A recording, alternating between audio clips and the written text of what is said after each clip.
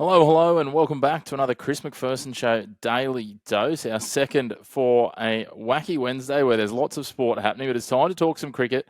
We're counting down to the second Ashes Test. One thing is we can't guarantee, but we certainly expect it should last longer than the first. If you haven't already, make sure you hit subscribe on your platform that you're tuning in on.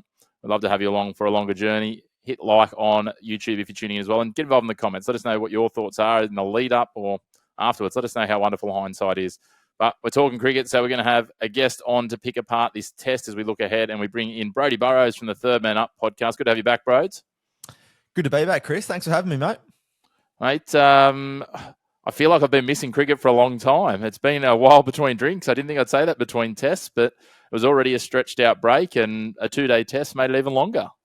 Yeah, absolutely. Still getting over. I mean, it's been how long now, and everyone's still talking about that Travis Head knock and how brilliant it is. And I think we haven't seen a cult figure like Travis Head. You know, you go back, he's now moving into the realms of a Shane Warne and a Merv Hughes, just a bloke who goes out there and does his own thing. And we love to see it. You know, we talk about players being robots and, you know, always pushing the same thing over and over again. But that's the complete opposite to Travis Head. He goes out there, he says what he wants, does what he wants. And look, I don't think you're going to find a more loved cricket in Australia right now than Travis Head. Well, we know your man crush was at record levels before this test. So I can only imagine where it is now. We can hear it in your voice, mate. But obviously a good win coming back from behind, but lots of things coming out of that. Obviously Travis's performance, Usman's injury starts to, ask some questions. We've seen a lot of people making some propositions and assumptions heading into this test. Obviously we know Usman's injury now starts to move things along. It looks like Josh Inglis is likely to come into the side, but there's plenty of other permutations still to play out. Pat Cummins wasn't named in the squad. But as we record, literally 24 hours before the test starting, it's still up in the air and there's whispers that seem to be getting louder. The drums are beating that maybe, just maybe, Captain Pat might be captaining this side in Brisbane. Yeah, it could be interesting. I wouldn't be surprised. It's a little bit of a smoke screen. We saw Smudge at the press conference, didn't give much away. And look, it's going to be so interesting what they do. Do they go a similar line to what England have done? And obviously they've brought in Will Jacks, Mark Wood's gone out and just really deepens that batting lineup, which we've seen in the past that pink ball test, it is played at a breakneck speed. I mean, it kind of suits baseball if you sort of think about it that way. But at the same time, are they going to leave like a Nathan Lyon out and strengthen their own batting lineup by bringing in a Bo Webster as well as this talk about Inglis coming in for Khawaja? I mean, there's so many options, and it's actually great that Australia are no longer penciled into the same, bottom or top 5, bottom 6. They can actually, Travis Head having the ability to go up and down really changes the whole outlook of this team. It certainly does. It gives them some dynamicism in that lineup, and you can start to have a look at what that structure is. And I think we see that really effectively in white ball cricket, right? Where teams will, it's almost more dangerous because to the point of that second innings for Australia, the theatre of the entrance of Travis Head, you don't know who's coming up the tunnel or down the stairs as it is depending on the venue. It's a bit like the Royal Rumble in WWE. You don't know until the music plays. And I know I've been a big thing of we need to bring out entrance music in cricket and have it completely silent. And then you just hear the, Travis Head's entrance music goes and the whole crowd erupts. Imagine that on Boxing Day. But it is really good. But at the same time, I mean, you look at Jake Weatherald. I mean, he's could potentially see his third opening partner in 3 innings. You go back to Justin Langer, he had 2, throughout his whole 10, 15-year career playing for Australia. So I've got a feel for Jake Weatherald. He obviously would have had a bunch of plans, pre-plans made out with Usman Khawaja in that first one. And then Travis Head showing his leadership in that second innings, going up to Steve Smith at the break and literally saying, I mean, it can't be that hard, can it? And going out and doing his own thing and taking the first over. And we saw Jake Weatherald, play really well until he, hit one into his helmet and skied it. Yeah, that will do it. So it's going to be interesting to see what the Aussies do. As you said, the English have shown their hand. A lot of English fans not pumped about the naming of Will Jacks, though.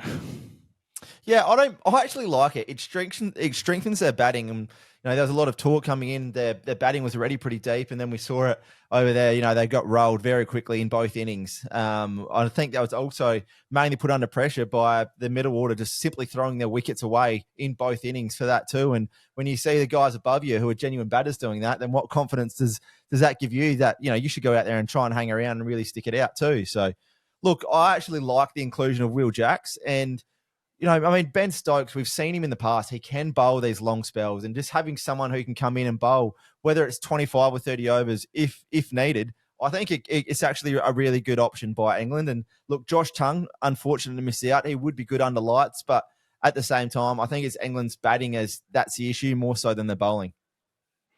Yeah, I think that's going to be an interesting piece, as you say. It's about how they bet it down. And look, to be fair, their biggest challenge last time around, it looked like they didn't have enough batting to give their bowlers enough time to rest without even worrying about scoring runs, right? Like Jofra Archer was 10 to 15 Ks down in that second innings. So it's certainly going to be really interesting how that shapes up. So the way you're seeing it, though, obviously if Cummins comes in, that'll be a straight switch for Doggett.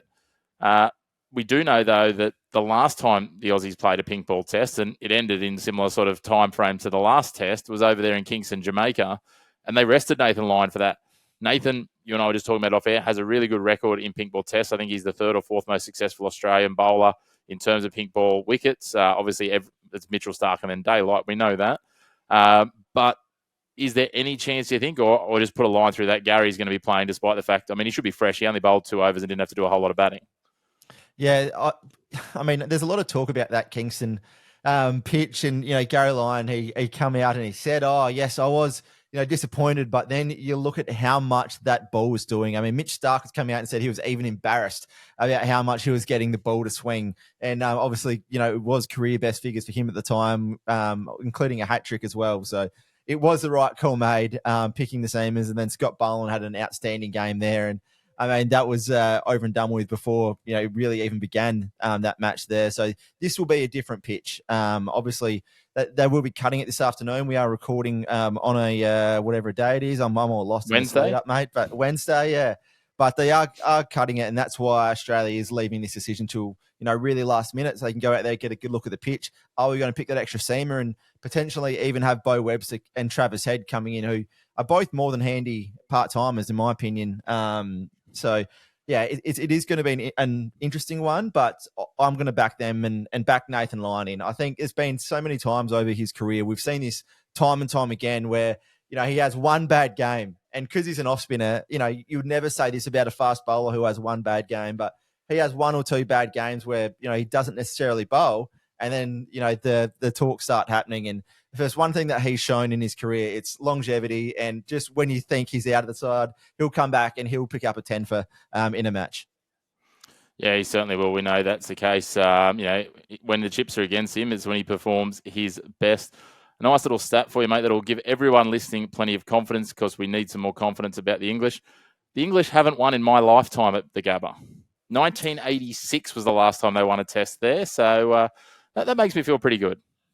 Another one on the other end of the spectrum, though. Australia won 13 of 14 pink ball matches. Their only loss, however, a day-night at the Gabba to the West Indies. So this should be an interesting one. And I actually think that English style of play can suit that day-night.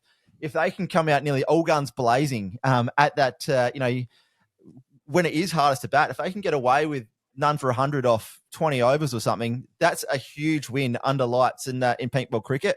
On the other end, that could be 7 for 60. We don't know. And we saw it go the other way in the first test, but at the same time, I think it's going to get to at least 4 days here. And I wouldn't even be surprised to see this one come right down to the wire. Well, they could always win the toss, bat first, be all out by the end of the second session. Then Australia has to deal with it anyway. And we're facing Jofra Archer with the pink ball. So, there's lots of permutations. The other stat with that is that Australia haven't won at the Gabba since 2022. Yeah. Remember that period we went on where we didn't lose a test, I think, up until India beat us in 2021 in January. We hadn't lost until way back around the early 90s, maybe the West Indies. Actually, I think it was the late 80s against the West Indies. We hadn't lost a test there at the Gabba. So it's an interesting time. You can use stats to prove anything you want. We know that's for sure. But I'm going to back the Aussies. I'm going to back them to look. I don't think it's going to be some sort of comprehensive margin. I don't even think it's going to be sort of that 9 wickets. I think it'll be sort of less than 100 runs or 5 wickets. I think this will come down. There'll be enough of a contest on the late the third, early the fourth day to make it worth watching. And yeah, I think probably maybe session 1 or 2 on day 4, Broads, is what I'm looking at. Yeah, I can't wait for this. I think just the significant gap has really made everyone just absolutely crave this test. And Marnus Labuschagne playing in front of his home crowd as well. He averages 63 at the Gabba, and I loved his last innings. I love that second innings by Marnus, and it wasn't your typical Marnus, innings. It was like a 2020 version of Marnus, and you could see how much he's just back enjoying himself at the crease. He was unlucky to get out, chopping one on in the first innings, and I think we're going to see a big series. I think a big final 4 games from Marnus, and I wouldn't be surprised to see him named man of the match, in about 5 days' time. Well, we know you talked about it before. If there's reshuffles and they're offering part-time spin options, there's one man that'll be putting his hand up, and that is Marnus. So he's a seamer now, mate. Help me, God. Yeah, he's also a seamer. He's probably a wicket keeper too if you need him. He'll do anything for you, mate. He loves it, and we love him for it. But we can't wait to see what's named the Aussie team. Knowing our luck, it'll probably drop in between recording and releasing, but it's going to be exciting either way. Whatever 11 we put together is really exciting. We're clearly setting a bit of a tone, bringing Inglis in, so it's going to be up-tempo. It's going to be exciting cricket. We saw that in the first test. Hopefully we can get 4 days of it at least here at the Gabba. As always, Broads, a big thank you to you for jumping on and giving us a bit of a help with previewing the second test of the Ashes. Nah, anytime, mate. Can't wait to get stuck into it, and hopefully a few late nights coming up over the next 3 or 4 days.